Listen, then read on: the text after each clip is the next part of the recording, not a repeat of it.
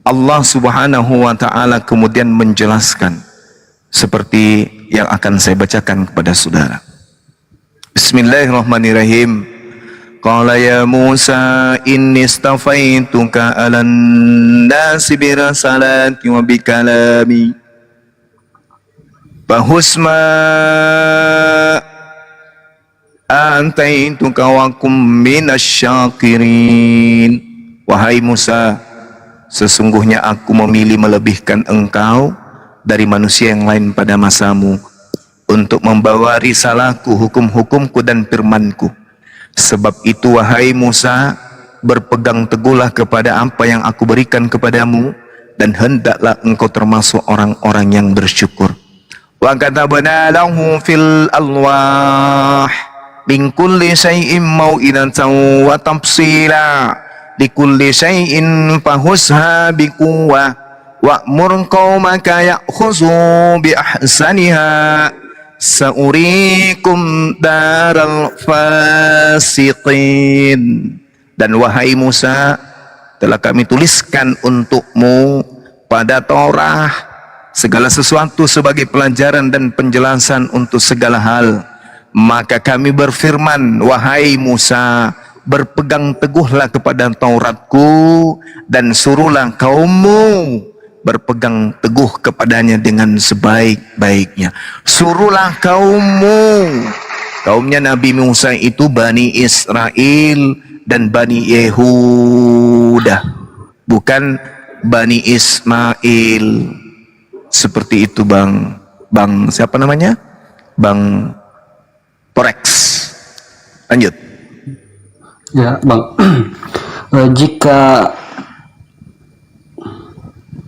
jika sudah ada hukum baru yang diberikan untuk manusia lewat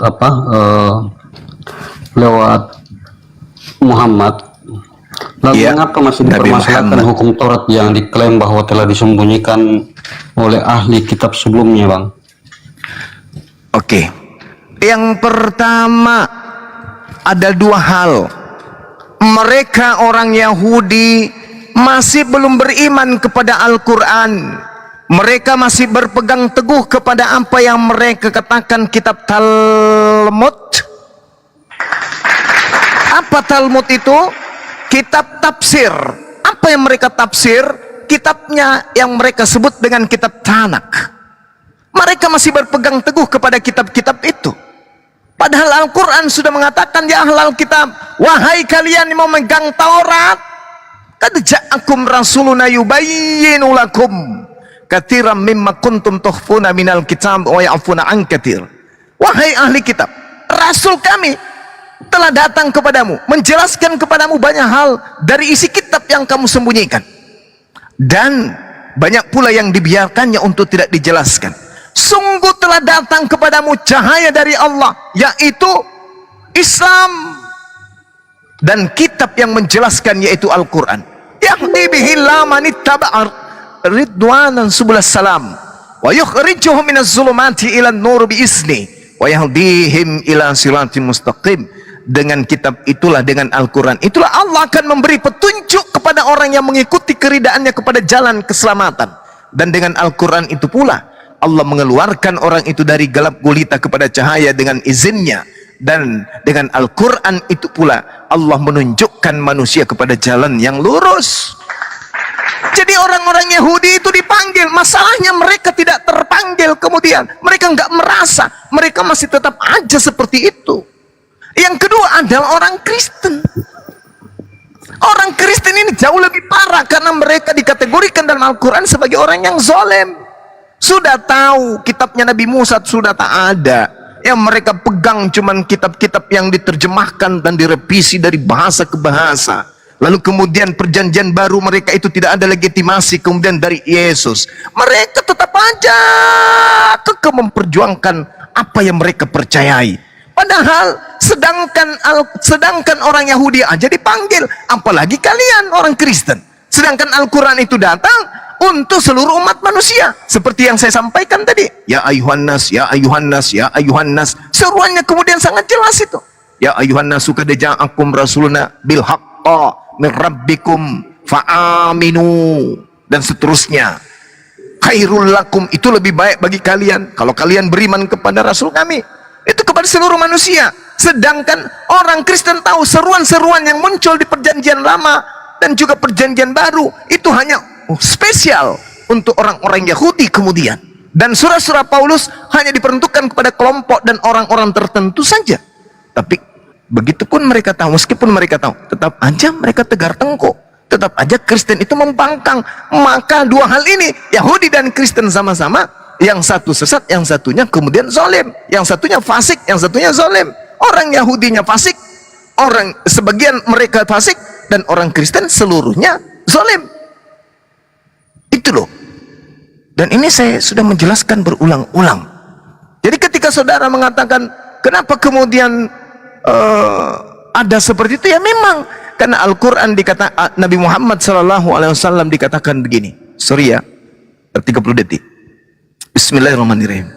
Alladzina yattabi'una ar-rasulan nabiyyal ummiyal ladzi yajidunahu maktuban 'indahum fit-Taurah wal Injil ya'muruhum bil ma'ruf wa yanhahum 'anil munkar wa yuhillu lahumut thayyibat wa yuharrimu 'alaihimul khaba'itha wa yada'u anhum israhum wal aqlal allati kanat 'alaihim falladhina amanu bihi wa 'azzaruhu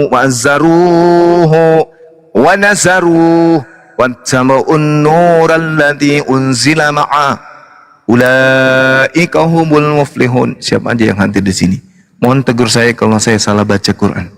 Di situ dikatakan bahwasanya orang-orang yang mengikuti Rasul, Nabi yang tidak bisa mengerti tentang Torah, tidak mengerti tentang Zabur, tidak mengerti tentang Injil, Nabi yang ummi, yang namanya mereka dapati tertulis di dalam Taurat dan Injil yang ada pada mereka, yang menyuruh mereka berbuat yang ma'ruf dan mencegah dari yang mungkar, dan yang menghalalkan segala yang baik bagi mereka dan mengharamkan segala yang buruk bagi mereka, dan membebaskan mereka dari beban-beban dan belenggu-belenggu yang ada pada mereka. Adapun orang yang beriman kepadanya, memuliakannya, menolongnya, mengikuti cahaya yang datang, yang terang, yang diturunkan kepadanya berupa Al-Quran, mereka itulah orang-orang yang beriman. Ayat ini menerangkan bahwa Rasulullah Muhammad SAW itu datang untuk menghapuskan segala hukum Tuhan yang pernah datang kepada mereka sebagai beban mereka, sebagai belenggu-belenggu yang ada di pundak mereka. Maka Al-Quran datang, hapuskan semua belenggu, hapuskan semua beban yang ada bagi kalian, kata Allah. Ikutlah kepada Nabi Muhammad, muliakanlah beliau, tolonglah beliau, karena beliau membawa Al-Quran sebagai cahaya untuk menerangi kalian. Mereka itulah orang-orang yang beruntung ketika kalian mengikuti baginda Rasul Muhammad SAW. Artinya, wahai orang Yahudi, wahai orang Nasrani, wahai orang Kristen, tak usah lagi kau pedulikan hukum-hukum yang pernah datang kepada Tuhan, ya, kepada kalian dari Tuhan. Nabi Muhammad sudah membebaskan kalian dari beban-beban itu. Nabi Muhammad sudah memerdekakan kalian dari belenggu-belenggu itu. Saatnya sekarang Anda turut kepada Al-Quran saja. Jangan lagi kepada yang kalian jadikan sebagai panduan. Kenapa? Karena itu tak lagi murni. Karena Tauratnya Musa tak ada lagi, kitabnya Yesus tak ada lagi. Maka yang ada sekarang, merdekakan dirimu dari kitab-kitab itu, dari hukum-hukum itu. Sekarang yang berlaku adalah hukum Islam yang didatangkan melalui Al-Quranul Karim. Itu maksudnya surah Al-A'raf ayat 157. Sekali lagi kepada guru-guru saya, kalau saya salah baca tolong ditegur, jangan sungkan. Demikian, silakan Bung. Oke Bang Suma, saya rasa cukup. Terima kasih banyak. Baik Saudara Forex, kalau besok-besok masih ada pertanyaan tentang Islam, jangan sungkan saudara, silakan Anda bertanya sebertanya-nya. Yang penting tujuannya itu belajar untuk edukasi, bukan untuk menghina, bukan untuk menghujat. Nah, kalau bertanya apapun itu tentang Islam, insya Allah kami akan bantu untuk menjawab sebisa kami, sepengetahuan kami. Kalau ada keterbatasan atau ada yang salah atau ada yang kurang, itu karena keterbatasan saya sebagai seorang Islam, bukan keterbatasan Al-Quran. Apapun yang Anda tanya, pasti Al-Quran bisa jawab. Cuma sayanya yang belum maksimal pengetahuannya tentang Al-Quran. Sekira begitu. Terima kasih juga Baik, kepada Bang. saudara Sehat selalu, atas Bang. pertanyaan. Baik, thank you. Saudara juga sehat selalu. Oke, Assalamualaikum Suma. Waalaikum, saudara Wahab. Ya, Assalamualaikum warahmatullahi wabarakatuh. Anda baru, Waalaikumsalam warahmatullahi wabarakatuh. Sahabat, saya boleh bertanya Suma? boleh. Anda baru mengatakan apapun yang ditanya pasti akan dijawab oleh Al-Quran. Betul ya? Yes, terkait dengan hukum-hukum, silakan. Oh, terkait Iya. dengan hukum. Oke. Anda dan Islam itu selalu mengklaim milah Ibrahim. Ya, betul. Maksudnya milah Ibrahim itu apa yang kamu klaim dan Baik, apa contohnya seperti apa? baik. Allah Subhanahu wa taala menjelaskan di dalam Al-Qur'anul Karim surah Al-Baqarah ayat 130. Bismillahirrahmanirrahim. Wa may yarghabu an millati Ibrahim illa man safiha nafsa wa laqad istafainahu fid dunya wa innahu fil akhirati laminas sholihin. Dan orang yang membenci milla Abraham atau dinul Abraham atau agama Abraham atau Ibrahim hanyalah orang yang memperbodoh dirinya sendiri. Sungguh kami telah memilih Ibrahim di dunia dan sungguh di akhirat dia termasuk orang-orang yang saleh. Jadi milla Abraham itu salah satunya ketika kemudian diterangkan di dalam Al-Quran di surah As-Saffat ayat 106, bagaimana kemudian Allah Subhanahu wa ta'ala menguji Nabi Ibrahim alaihissalam. Di situ diterangkan ujiannya, inna haza lahuwal bala'ul mubin. Sesungguhnya ini benar-benar ujian yang nyata kepada Ibrahim. Apa itu? Nabi Ibrahim diminta untuk mempersembahkan anaknya untuk menjadi kurban. Tapi apa kata Allah? Wa fadainahu bizibhil azim, dan kami tebus anak itu dengan seekor sembelihan yang besar. Nah, milla Abraham mengajarkan kemudian bahwa Allah Subhanahu wa ta'ala ketika perintahkan dirinya untuk menyembelih anaknya, Allah menggantikan sendiri anak yang harus jadi korban itu menjadi hewan. Maka apa yang terjadi dalam kitab Kejadian pun diterangkan, itu hanya ujian. Setelah semua itu Allah menguji Abraham, ia berfirman kepadanya, Abraham, ya sahutnya, wahai Tuhan, firmannya, ambillah anakmu yang tunggal itu yang engkau kasihi, yakni Ishak, katanya, pergilah ke tanah Moria, persembahkannya di sana. Apa yang terjadi setelahnya? Berlanjut cerita, ternyata yang dipersembahkan itu adalah domba, bukan Ishak, bukan anaknya. Berarti ini hanya ujian. Al-Quran juga mengatakan itu hanya ujian. Makanya Al-Quran mengatakan apa? Walikulli ummatin ja'alna mansakal liyazkurusmallah ala ma razaqahum min bahimatil an'am.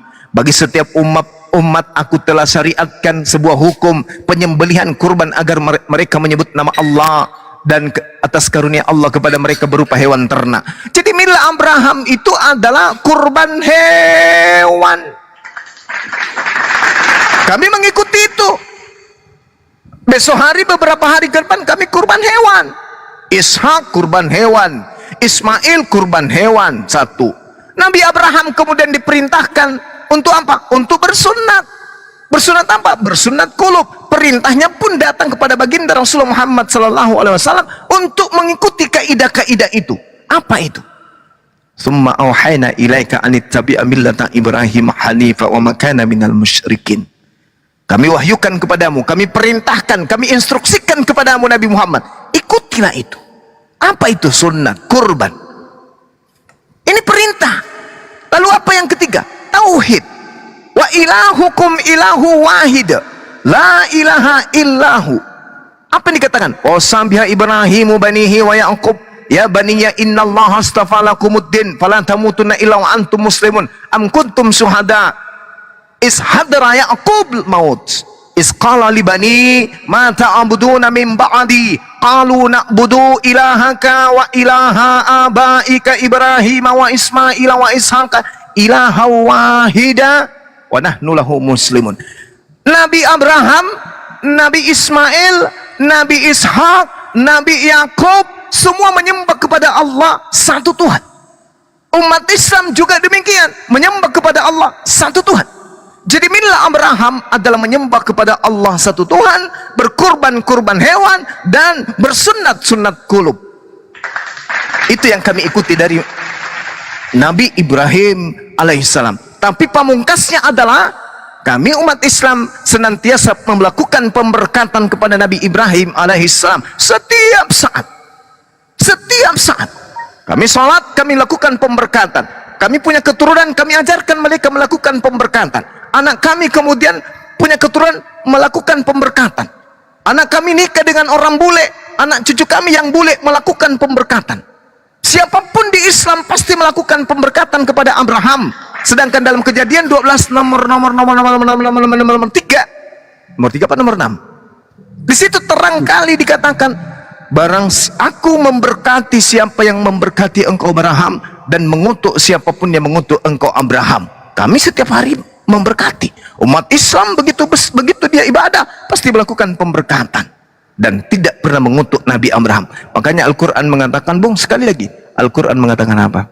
Ketika diterangkan oleh Allah Subhanahu wa ta'ala dalam surah Al-Baqarah, wa man yarghabu an millata Ibrahim illa man safiha nafsa, dan orang yang membenci ajaran Ibrahim, sunat, kurban hewan, menyembah satu Tuhan, hanyalah orang yang memperbodoh, memperjoblok, mempertulul dirinya sendiri. Dan itu kita lihat hari ini. Orang yang membenci satu Tuhan, membenci kurban hewan, membenci sunat kulub, itu hanya orang yang culul. 1 Korintus 4 nomor 10. Kami culul karena Yesus Kristus. Begitu, Bang. Oke, Bang Suma, Anda sudah memaparkan arti milah Abraham. Ya. Ketiga, ujian yang nyata yaitu mempersembahkan anaknya menjadi kurban. Kemudian Allah menggantinya menjadi kurban hewan. Yes. Yang pertama saya bertanya kepada Anda, apakah Islam pernah mengikutinya? Ujian yang nyata mempersembahkan anak-anak Islam untuk menjadi korban. Kemudian nanti kurban itu akan diganti oleh Allah SWT menjadi hewan. Silakan. Oke. Jadi yang disyariatkan kemudian yang dicontohkan kemudian Nabi Abraham alaihissalam itu adalah kurban hewan, bukan kurban manusia. Nabi Ibrahim alaihissalam, kenapa nama anaknya itu Yishmael? Karena Nabi Abraham itu awalnya selalu memohon, awalnya selalu berdoa. Apa permohonannya? Apa doanya? Minta anak. Ya Rabb, ya Tuhanku, berikanlah aku anak, please. Tuhan, masa sampai setua ini aku belum punya anak? Udah hampir 1 abad usiaku, Tuhan. Siapa yang telah menjadi penerusku, Tuhan? Ayolah Tuhan, berikan aku anak, please. Istriku sudah hampir mandul. Itu Nabi Abraham meminta, kemudian Allah mengabulkan. Makanya setelah dia kabulkan, apa nama anaknya? Yishmael. Apa arti Yishmael? Tuhan mendengarkan doa. Maka didatangkanlah anaknya Ismail. Ketika didatangkan anaknya Ismail, Allah ingin meminta anak itu kembali, diuji. Aku minta anaknya kembali, apakah dia masih bertakwa, apakah dia masih taat kepada aku. Dimintalah itu anaknya Ismail. Kembalikan anakmu itu kepada aku, sembelih, bunuh. Apakah orang ini mau atau tidak? Nah, sekarang umat Islam begitu enggak? Ada enggak yang berdoa seperti itu? Ya Tuhan, berikanlah kami anak, kami sudah mandul, kami sudah tua hampir 100 tahun. Ada enggak yang kayak gitu? Tak ada. Jadi itu berlaku ujiannya hanya kepada Nabi Ibrahim alaihissalam. Mila yang diikuti bukan mila yang ikut anak, bukan mila yang beli anak. Mila yang diikuti, yang disembelih adalah hewan kurban. Demikian. Ya, jadi jelas di sini bahwa Islam itu tidak mengikuti mila Ibrahim yang mempersembahkan anaknya, baru ketika Islam mempersembahkan anaknya baru diganti kurban hewan oleh Allah SWT. Ya, itu juga hak-hak Anda sekalian, karena di dalam mila Ibrahim pun kurban hewan itu berbeda dengan kurban Islam. Oke? Karena kurban Ibrahim, maksudnya itu kurban hewan itu dibakar di atas mesbah habis oleh api. Sementara kurban Islam itu dibagi-bagikan, dimakan di rumah masing-masing. Oke? Jadi sudah berbeda ya. Mila Ibrahim itu tidak pernah dilaksanakan oleh Islam di dalam uji kenyataan mempersembahkan anaknya. Sekarang kedua saya mau bertanya. Nah, Ntar dulu bang, ntar dulu, Ibrahim ntar dulu, jangan berkesimpulan begitu, Banyuma dulu, jangan berkesimpulan, nggak bisa. Ya. Ya, jadi masalahnya sangat jelas kalau. Ntar dulu bang, giliran Banyuma lagi, jangan berkesimpulan. Buktikan dulu, nak. Ntar dulu, jangan Iya. berkesimpulan, silakan Banyuma. Jadi mila yang dimaksud itu kurbannya hewan, ya, bukan manusia. Faktanya bukan Ismail yang disembelih, hewan. Dan Iya, kami tapi mengikuti. Anda kan berangkat kan dari mempersembahkan anaknya. Loh. Betul tidak? Mila Abraham itu yang dikurbankan itu hewan, Iya, hewan. Oke, terus? bukan manusia kan? Terus? Dan kami Apakah Islam juga mengorbankan hewan di atas ya mesbah? jelas kami kurbannya hewan. Di mana? Ini sebentar lagi di masjid saya itu sudah 3 ekor yang mau saya kurbankan sedikit lagi. Oh iya. Bang. Nabi Ibrahim dan keturunannya melakukan itu. Hanya Kristen Mila- yang kurbannya manusia. Ya, silakan. Mila Ibrahim itu kurban hewan itu dibakar di atas mesbah habis dibakar. Bukan metodenya. Anda ya? Bukan metodenya. Yang jadi korban.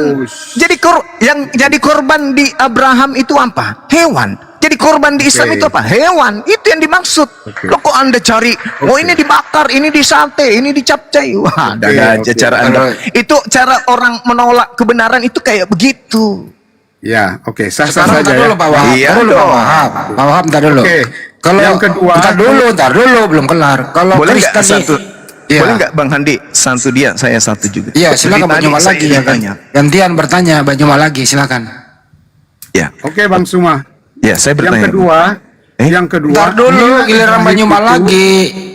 Banyuma dulu kepada Anda. Saya Baru hampir lagi.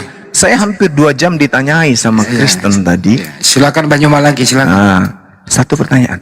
Apakah Bapak orang-orang Kristen itu mengaku sebagai pengikut Yesus? Kata Yesus di dalam Yohanes 14 nomor 12, jika kau percaya kepadaku, kamu juga akan melakukan pekerjaan yang aku lakukan. Mate bija. Di dalam Yohanes 10 nomor 27, aku mengenal pengikutku, mereka mendengarkan aku dan mengikuti aku. Mate bija. Di dalam 2 Yohanes 1 nomor 6, di situ jelas dikatakan bahwasanya siapa yang berkata bahwa Yesus Kristus ada dalam dirinya, maka dia harus hidup sebagaimana Yesus hidup. Mate meja. Pertanyaan saya, Pak, Yesus mati disalib. Kristen mengaku sebagai orang yang percaya kepada Yesus. Yesus mengatakan yang percaya kepadaku adalah dia yang melakukan apa yang pernah aku lakukan. Yohanes 14:12. Kenapa orang Kristen mengaku percaya kepada Yesus, tetapi kenapa orang Kristen tidak mati disalib, Pak? Oke. Silakan, Pak. Silakan Cuma, jawab. Tunggu dulu. Jedar. Di mana dalilnya Yesus mengatakan di mana dalilnya Yesus mengatakan harus mengikuti apa yang dia lakukan? Yohanes 14 Yohanes 14 nomor ayat 12. berapa? Nomor Ayat berapa? 12. 12. Yohanes 14 ayat 12 tidak menyebutkan Yesus mengatakan bahwa setiap orang yang mengikut dia harus melakukan apa yang dia lakukan. Loh, coba cek dia- ayatnya. Saya baca dulu, saya bacain. Silakan. Ya, Iya. saya bacain dulu. Anda ini nggak banyak pernah bebel. Aku berkata kepadamu, sesungguhnya barang siapa percaya kepadaku, ia akan melakukan juga pekerjaan-pekerjaan yang aku lakukan, bahkan pekerjaan yang lebih besar daripada itu, sebab aku pergi kepada Bapa. Itu. Oke. Di sana tidak menyatakan bahwa setiap apa yang dia lakukan itu harus kita lakukan juga. Tetapi setiap apa yang dia kerjakan, dia kerjakan, ya. Jadi semua bisa mengerti ya. Jadi itu Tunggu. jawaban saya. Tunggu, Pak. Tunggu. Yesus mengatakan dengan sangat jelas di sana bahwasanya aku berkata, sesungguhnya barang siapa yang percaya kepada aku akan melakukan juga pekerjaan-pekerjaan yang aku lakukan. Aku melakukan salib, mati di atas tiang salib. Itu pertama. Yang kedua, di dalam 1 Yohanes 2 nomor 6, barang siapa mengatakan bahwa dia ada di dalam Yesus, dia wajib hidup sama seperti Yesus hidup. Yesus hidup, mengakhiri hidupnya di atas tiang salib. Iya, jadi pertanyaannya apa? Bapak kenapa tidak mengakhiri hidup dengan salib juga? Belum waktunya, Bang. Simpel saja jawabannya. Hah? Belum waktunya. Apa memang Kristen itu setiap mati disalib?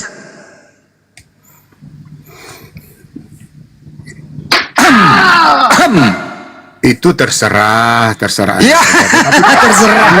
Anda bertanya kepada saya, ya belum waktunya. Jadi kalau umpamanya ada orang Kristen yang mati tidak disalib, berarti konsep berpikir Anda yang salah. Ya kalau begitu Pak Wahab izinkan saya. Ntar dulu Pak Wahab. Halusinasi. Modal jidat. Ntar dulu Pak Wahab. Silakan ini live. Iya, Silakan iya. Anda berbicara supaya keluarga Anda mendengarkan. Katakan begini, hai keluargaku, kalau saya nanti akan mati tolong disalib. Gitu ya. Silakan Pak, buka. Silakan kita rekam. Hai keluargaku, jika memang akhir hidupku aku harus disalib, Ya. lihat. Ikutin saya. Oke. Itu cara penyesatan. Katanya Oke, Sum, saya sudah menjawab Anda. Saya mau bertanya lagi. katanya Anda Mengenai Mila. mau mati di titip pesan Iya, saya bahwa mau nanti bertanya dulu, Mila. saya meninggal nanti tolong saya disalib begitu. Ya, diulang Pak. Diulang pesannya Pak. Iya, Pesannya Pak. Suma, Anda disunat tidak? Diulang dulu Pak. Kita dulu jangan pindah dulu Pak. Kita dulu. Allahu Akbar, Masya Pak jangan pindah dulu Pak. Tolong pesan-pesannya Pak. Pesan-pesan kepada keluarga Anda Pak. Silakan. Wah, barusan ada Kristen pesan-pesan keluarga untuk mati disalib. Allahu Akbar, Masya Allah. Ini ruangan diskusi atau bagaimana? Bahaya pertanyaannya Ini Bang ruangan Jono. diskusi Pak, bukan ruangan tipu-tipu di sini. Bukan Bapak tipu-tipu. mengatakan Anda hidup seperti Yesus hidup. Anda, Yesus mengatakan 1 Yohanes 2 nomor 6, barang Anda sudah siapa yang menipu mengaku, tadi. barang siapa mengaku dia ada di dalam Yesus atau Yesus ada di dalam dirinya, maka dia wajib Bila Ibrahim hidup pertama sama saja kalian seperti itu sudah gagal. sama Gagal seperti total. Yesus. Gagal total. Anda mengaku pengikut Yesus. Ternyata Bila kalau pertama mengaku Ibrahim pengikut saja, Yesus, Pak, kalau mengaku sebagai Anda pengikut sudah gagal, Yesus, kalau mengaku pengikut Yesus, Islam maka Bapak Islam harus tidak hidup mau- seperti Yesus, maka Bapak harus disalib, gitu loh Pak. gagal kalian itu Mila. Ya biarkan orang lain yang menilai, tidak masalah. Ya, Kan Bapak semua yang- bagaimana? Anda disunat tidak? Anda mau mengikuti Anda Mila akan Ibrahim? mati disalib tidak? Belum selesai loh, Belum selesai nih Pak. belum selesai. Ya sudah jawab 2 kali. Anda mati cuma disalib. kalian tidak puas, kalian jawab. Anda mati disalib, bertanya terus. Anda mati disalib. Kalau saya ditentukan, belum Ya. saatnya semua. Anda tidak mengerti. Berarti Anda belum ditentukan sebagai pengikut. Oh. Kalau begitu, karena Anda- pengikutnya Jangan cepat harus begitu melakukan, berpikir, Suma. karena pengikutnya harus melakukan pekerjaan yang Yesus lakukan. Ayo, sekarang saya tanya, Nah, apakah Yesus Anda itu yang ini konsep berpikir Anda, kalau mau di Yesus itu Pak dibunuh atau memang dia datang untuk mati? Itu dulu. Yesus Dia datang untuk mati di atas tiang salib. menyelamatkan. Menurut konsep Kristen, Yesus datang untuk mati di atas tiang salib. Berarti dia yang bekerja untuk disalibkan. Berarti semua Kristen kalau mengaku sebagai pengikut harus mati dengan cara dipantek. Ingat Bang Juma, sebelum disalib harus siapkan Ngomong anggur asam. suka-sukamu saja, Sum. Hah? Ngomong suka-sukamu. Lah itu Harus ya. fakta dalam Bible Anda sendiri kok. Saya bacakan pelan-pelan ya, saya bacakan. Iya. Di dalam Yohanes 1 Kiflis. nomor 2 nomor 6. Dengar. Barang siapa Kifli, dengar dulu Kifli. barang Sebentar. siapa Tunggu, mengatakan barang Kifli. siapa mengatakan bahwa dia ada di dalam Yesus, dia wajib Mila wajib dia wajib hidup sama Ketakutan seperti dulu, Mila Ibrahim. Yesus hidup. Mila Ibrahim dulu dituntut. Mila Ibrahim sudah selesai, Pak. Kurban hewan. Ibrahim hewan kurbannya, Tiga yang Anda Islam katakan kurbannya tadi. hewan. Sama kan? Kristen kurbannya Tuhan, Tidak. dewa, anak dewa. Nah, sekarang giliran Anda. Kalau saya dengan Nabi Ibrahim Tidak ada hewan sama-sama yang seperti kurban Islam. hewan, sama-sama kurban hewan. Kalau kami dimakan sama seperti kami, Pak, sama kami, Pak, Kurban sama, hewan, Pak, Pak, Udah kami mulai nggak sama. kondusif. Ibrahim itu Pak, dibakar, Bang.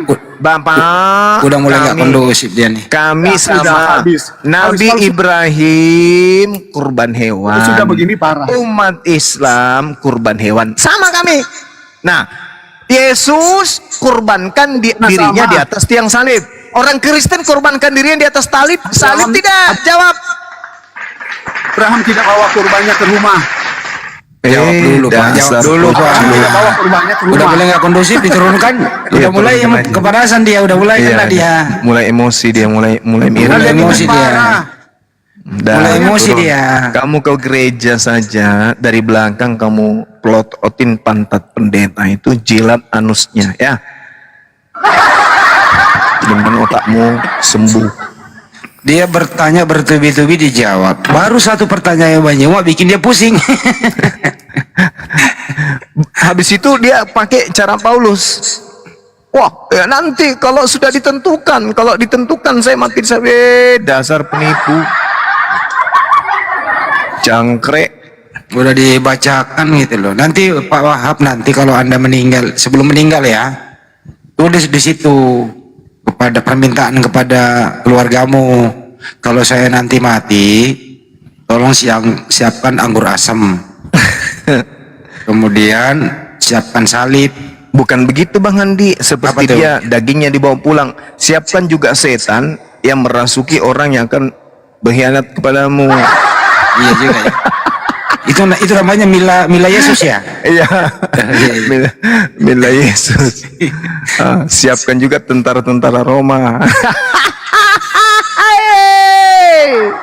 Tapi kalau saya diminta, tapi nggak boleh bebas hukum ya. Diminta untuk jadi tentara Roma saya mau, tapi ya bebas dari hukum. Kan ada itu Bang Andi yang mereka bikin ya, namanya dongeng ya kan. Mereka bikin tutorial begitu. Dia dikasih salib, mungkin berat kali kan, habis itu dicambuk emosi. Ada nggak yang bisa Ada. perlihatkan videonya itu? Emosi dia, ngamuk yang Yesus yang dibuat-buat Yesus mainan itu. Emosi dia karena dicambuk terus dari belakang. Buat Kristen jangan masuk ke rum-rum pecundang macam begini ya, biar mereka berani keluar kandang ya. Ini pecundang semuanya ini. Ya beraninya main mute gitu ya. Parah. Kasihan kali. Kok tantrum? Iya, penyembah anus anak Maria muncul. Raja pleset. Tapi saya kok Kristen ini kok melanggar semua sebagaimana yang ditulis di Yohanes 14:12 ya. Kok nggak ada yang mengikuti pekerjaan-pekerjaan yang pernah dilakukan oleh Yesus ya? Karena mereka ini sejatinya adalah anti Yesus ya, mereka ini bukan. Lihat buahnya kata Yesus, dari buahnya kau lihat dia. Orang-orang ini ada orang-orang cuplis dan toples yang akan diusir Bang Andi. Ya juga ya. Iya. Yesus di masa hidup itu dia pernah minjam keledai orang. Kenapa Kristen sekarang nggak mau mengikuti pekerjaan Yesus? Minjam keledai gitu ya, satu. Ya Yesus minum anggur asam, nggak ada yang mau minum. Manggil Yesus ibunya dengan panggilan, "Woi perempuan, kamu kemana?" nggak mau. Mau manggil perempuan gugu